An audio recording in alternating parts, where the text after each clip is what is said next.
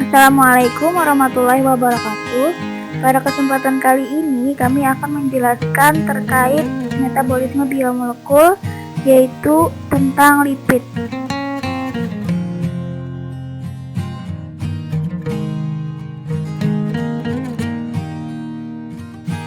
Poin-poin mengenai penjelasan tentang lipid sendiri terbagi menjadi 5, yaitu pengertian lipid, fungsi lipid, klasifikasi jenis lipid, metabolisme lipid, dan gangguan metabolisme pada lipid. Poin pertama yang akan kami jelaskan yaitu pengertian lipid. Lipid biasa diartikan sebagai senyawa yang tidak larut dalam air namun larut dalam pelarut organik seperti benzen, eter, dan juga kloroform. Lipid tersusun atas asam lemak dan gliserol sehingga lipid disebut juga sebagai trigliserida. Sebagian besar trigliserida disimpan dalam sel-sel jaringan adiposa. Lemak dan minyak adalah senyawa lipida yang paling banyak di alam. Perbedaan antara keduanya adalah perbedaan konsistensi atau sifat fisik pada suhu kamar, yaitu lemak berbentuk padat, sedangkan minyak berbentuk cair. Perbedaan titik cair dari lemak disebabkan karena perbedaan jumlah ikatan rangkap, panjang rantai karbon, dan bentuk cis atau trans yang terkandung di dalam asam lemak tidak jenuh. Komponen dasar lemak adalah asam lemak dan gliserol yang diperoleh dari hasil hidrolisis lemak maupun minyak senyawa lipid lainnya. Asam lemak pembentuk lemak dapat dibedakan berdasarkan jumlah atom C atau karbon, ada atau tidaknya ikatan rangkap, dan jumlah ikatan rangkap serta letak ikatan rangkap. Poin kedua yaitu mengenai fungsi dari lipid. Fungsi lipid yang pertama adalah sebagai penyusun struktur membran sel. Lipid berperan sebagai baril untuk sel dan mengatur aliran material-material. Dalam hal ini, membran mengandung 3 golongan lipid amfifatik, yaitu fosfogliserida, sphingolipid, dan kolesterol. Yang kedua yaitu sebagai cadangan energi. Sebagai fungsi utama triasilgliserol yang disimpan sebagai jaringan adiposa. Yang ketiga sebagai lapisan pelindung, dan yang keempat sebagai prekursor pembentukan hormon. Yang kelima sebagai vitamin bersama protein dalam membantu regulasi proses-proses biologis. Poin ketiga adalah penjelasan mengenai klasifikasi lipid. Klasifikasi lipid berdasarkan struktur diantaranya yaitu lipid sederhana, lipid gabungan atau majemuk, dan derivat lipid atau turunan lipid. Untuk lipid sederhana sendiri yaitu adalah ester asam lemak dengan berbagai alkohol, contohnya lemak atau gliserida dan lilin atau wax. Sedangkan lipid gabungan atau majemuk adalah ester asam lemak yang punya gugus tambahan, contohnya seperti fosfolipid dan cerebrosida. Yang ketiga yaitu derivat lipid atau turunan lipid, yaitu senyawa yang dihasilkan oleh proses hidrolisis lipid, contohnya asam lemak, gliserol, dan juga sterol. Klasifikasi lipid berdasarkan sifat, yaitu lipid yang dapat disaponifikasi dan lipid yang tidak dapat disaponifikasi. Lipid yang dapat disaponifikasi dapat dihidrolisis dengan alkali panas sehingga terbentuk garam dan asam-asam lemak serta molekul lainnya. Contohnya seperti triasilgliserol, fosfolipid, dan juga glikolipid. Sedangkan lipid yang tidak dapat disaponifikasi disintesis dari unit kolesterol, contohnya yaitu steroid. Klasifikasi lipid berdasarkan kepolarannya terbagi menjadi 2, yaitu lipid netral dan juga lipid polar. Yang tergolong ke dalam lipid netral adalah senyawa triasilgliserida dan monogliserida dengan jumlah atom C asam lemak lebih dari 12. Contohnya sterol, karotenoid, wax, dan tokoferol. Sedangkan untuk lipid polar bersifat amfifilik, yang tergolong ke dalam jenis ini adalah gliserofosfolipid, gliseroglikolipid, dan juga sphingofosfolipid. Adapun jenis-jenis lipid terbagi menjadi 4. Yang pertama, asam lemak. Asam lemak tersusun dari komponen hidrofobik berupa rantai hidrokarbon dan komponen hidrofilik berupa gugus karboksil. Asam lemak disebut juga asam monokarboksilat yang memiliki rantai panjang dan diperoleh dari hidrolisis lemak atau minyak dari tumbuhan atau hewan. Asam lemak terbagi menjadi 2, yaitu asam lemak jenuh dan asam lemak tak jenuh. Asam lemak jenuh tidak memiliki ikatan rangkap, sehingga disebut juga asam lemak non-esensial. Sedangkan asam lemak tak jenuh memiliki 1 atau lebih ikatan rangkap, sehingga disebut juga asam lemak esensial. Yang kedua ada gliserida.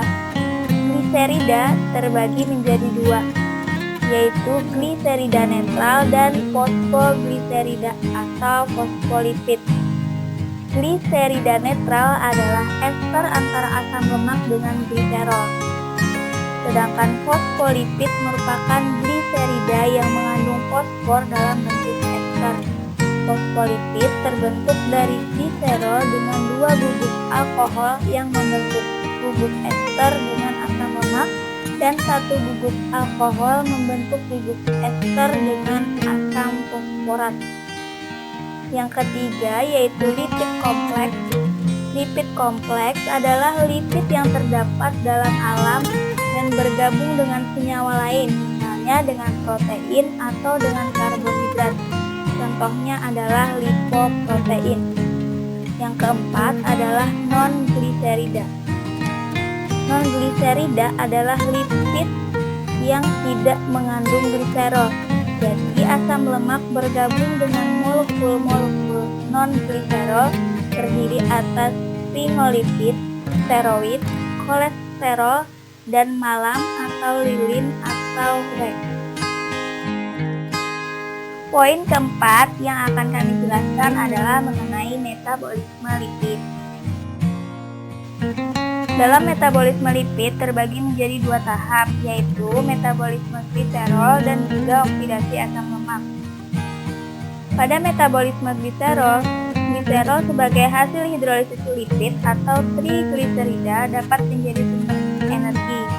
Gliserol membentuk energi melalui jalur metabolisme karbohidrat yaitu glikolisis. Tahapan metabolisme gliserol yaitu dari gliserol ditambah 1 gugus fosfat dari ATP membentuk gliserol trifosfat, lalu dihidroksi aseton fosfat dan menjadi produk glikolisis atau glukosa, lalu membentuk piruvat dan membentuk energi. Yang kedua yaitu oksidasi asam lemak. Oksidasi asam lemak ini berlangsung di mitokondria menghasilkan ATP. Untuk memperoleh energi, asam lemak dapat dioksidasi dalam proses yang dinamakan oksidasi beta. Sebelum dikatabolisir dalam oksidasi beta, asam lemak harus diaktifkan terlebih dahulu menjadi asil-CoA.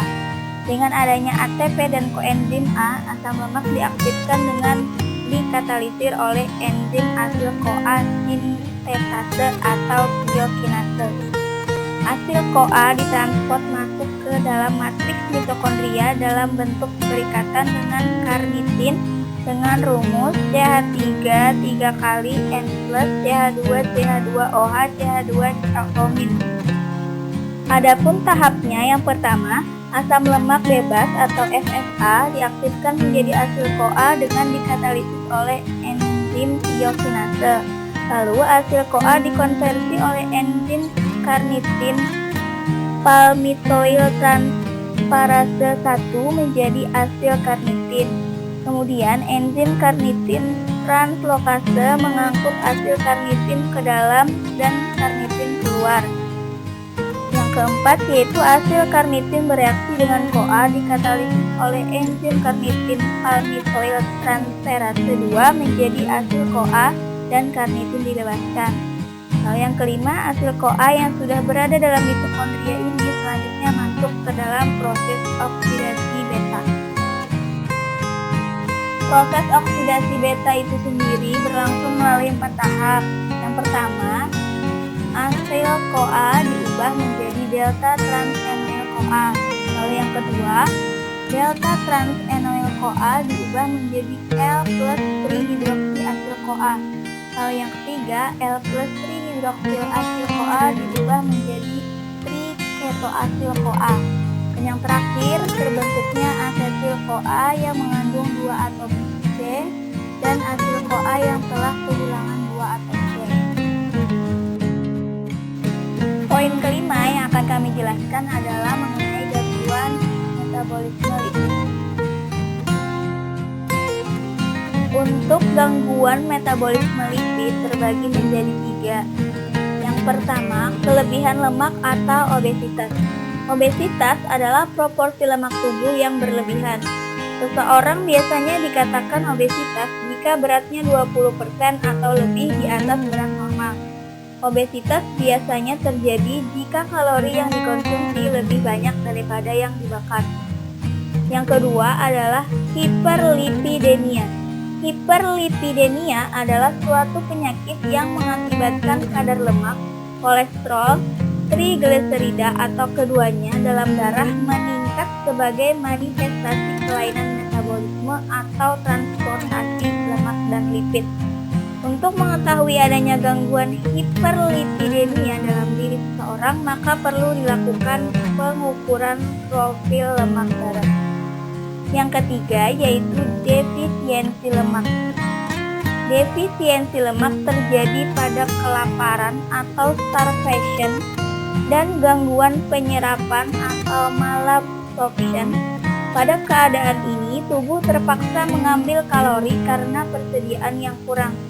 Senyawa yang dimobilisasi yaitu karbohidrat dan lemak. Dan pada keadaan gizi buruk, akhirnya protein diambil dari jaringan lemak sehingga vakuum yang ditempati oleh lemak menjadi keriput, membuat sel menjadi longgar. Demikian penjelasan tentang materi metabolisme biomolekul terkait dengan lipid. Jangan lupa like, komen, subscribe, dan share ke teman-teman kalian. Thanks for watching. Wassalamualaikum warahmatullahi wabarakatuh.